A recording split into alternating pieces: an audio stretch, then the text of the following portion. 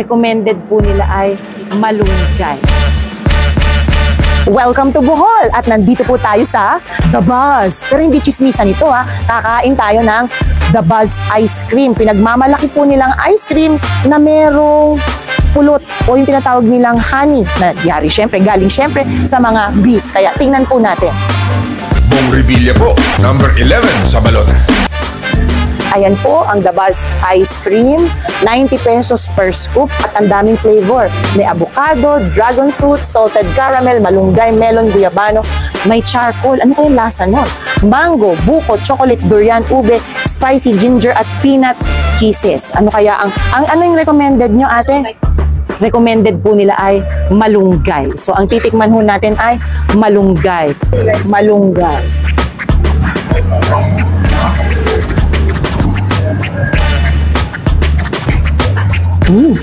Lasang malunggay. Sige po, tikman natin. Let's go inside. By the way, kasama rin po sa area nito ang Bohol Island UNESCO Global Geopark. Ayan, the first and only geopark in the Philippines. Sa gabi, pwede kayong sumakay dito sa mga bangka at meron po silang firefly watching. Pero mas perfect yan sa gabi. Ito ang pinunta natin. Hindi po.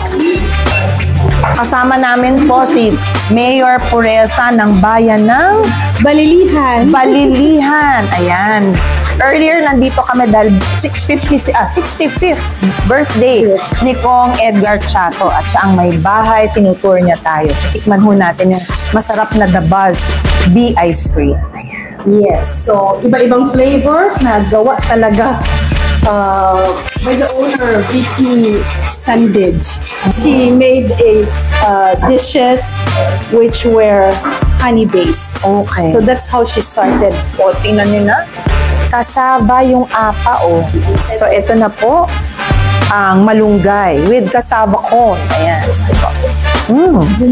Malinamnam. Masarap po ang kanilang malunggay Bohol Buzz Ice Cream. Pumunta ho kayo dito para kayo mismo ang makatikim nito. Sarap!